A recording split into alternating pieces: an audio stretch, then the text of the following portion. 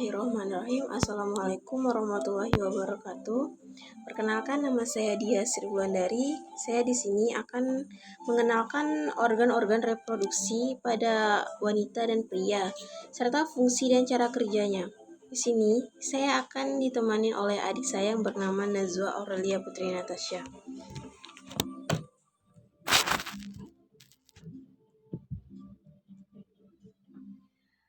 Nazwa, di sini ada reproduksi. Reproduksi itu adalah proses biologi suatu individu untuk menghasilkan individu baru.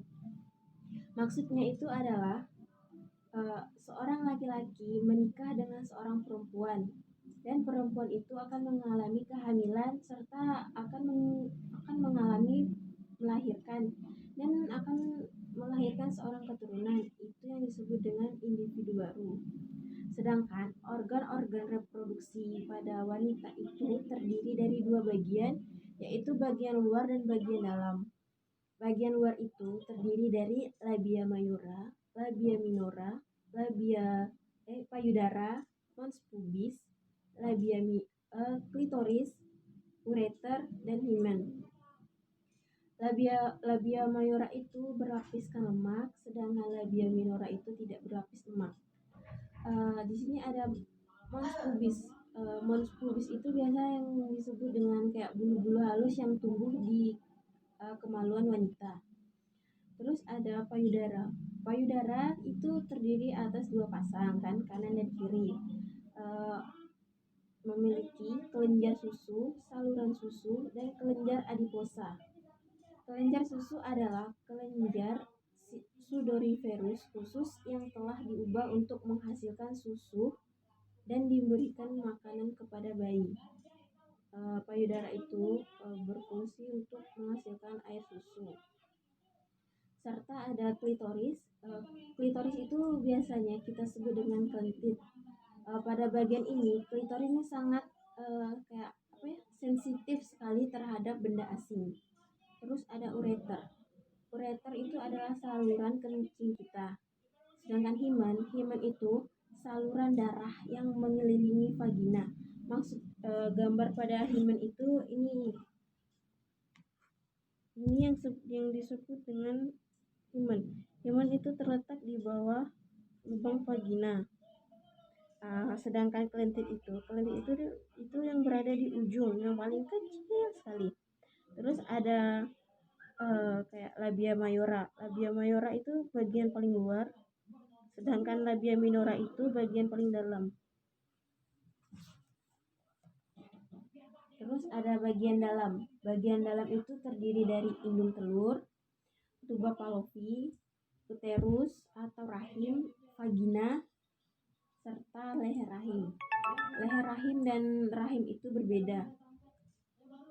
Indung telur itu ovarium berjumlah sepasang dan terletak di antara kiri dan kanan pinggang, serta berfungsi mengeluarkan hormon progesteron dan estrogen.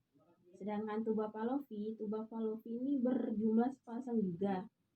Bagian ini yang menghubungkan antara ovarium dengan rahim, serta tempat bertumbuhnya sel telur dan sperma pada saat pembuahan. Tuba fallopi ini mempunyai rumbai-rumbai atau biasa yang disebut dengan fimbriae, di mana fungsi ini untuk menangkap sel telur.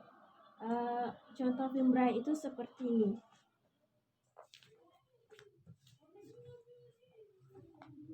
Yang masuk dengan fimbriae ini yang ada rumbai-rumbainya ini.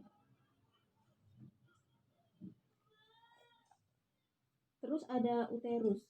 Fungsi uterus ini menerima pembuahan ovum yang tertanam di dinding endometrium. Disinilah janin akan hidup dan berkembang. Rahim itu terdapat di bagian ini. Terus ada vagina. Vagina itu adalah salah satu fungsi vagina pada wanita adalah menjadi jalan keluar darah saat menstruasi, dan jalur lahir bayi saat persalinan. Tanggung jawab utamanya adalah sebagai terowongan bagi sperma berenang menuju rahim dan tuba fallopi untuk pembuahan.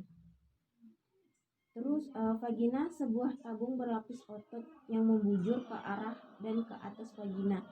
Vagina ini seperti gambar pada gambar ini. Vagina ini yang disebut dengan vagina. Selanjutnya ada leher rahim. Leher rahim atau serviks adalah organ berbentuk silinder atau tabung yang menghubungkan vagina dengan rahim. Serviks terdiri dari dua bagian, yaitu ectocervix dan endocervix.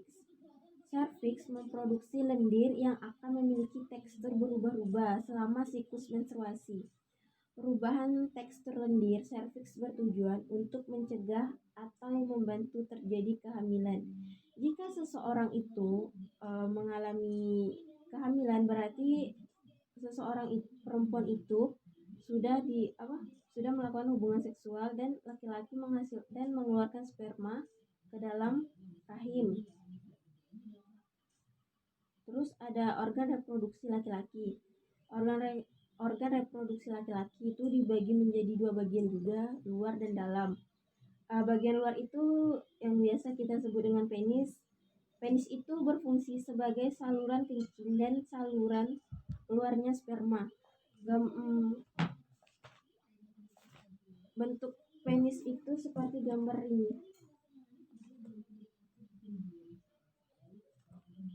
Terus bagian dalamnya itu terdiri dari testis, skortum, epididymis, saluran uretra, vesikula seminalis, kelenjar prostat, dan kelenjar Cowper.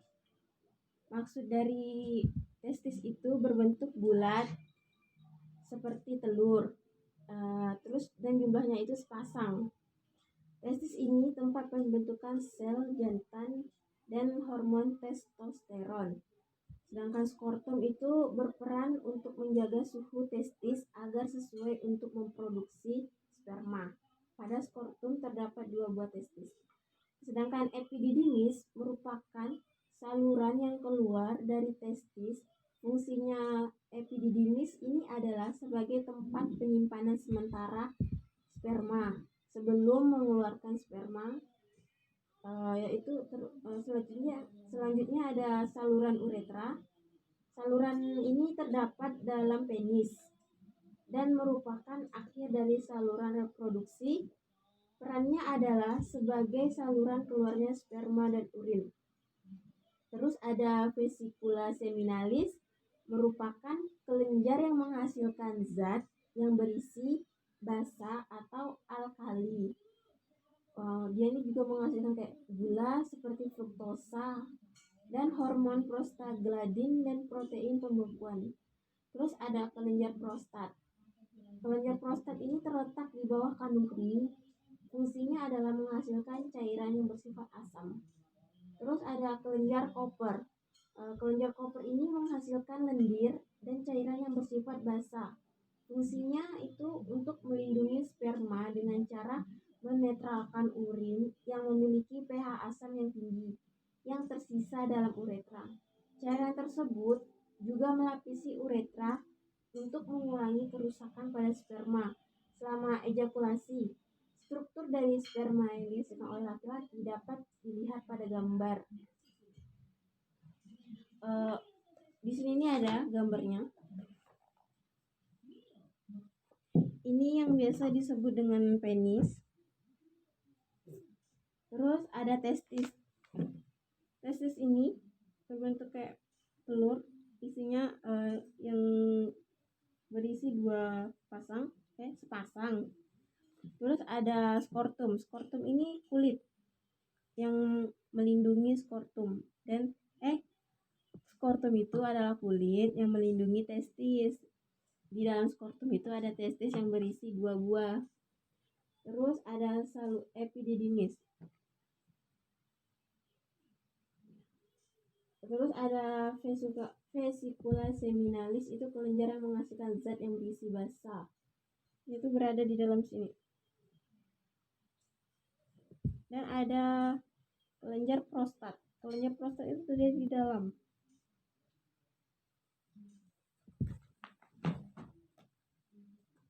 Terus udah selesai ini. Najwa bisa dipahami Kalau bisa dipahami, sekian dari saya. Terima kasih atas waktunya. Assalamualaikum warahmatullahi wabarakatuh. Waalaikumsalam warahmatullahi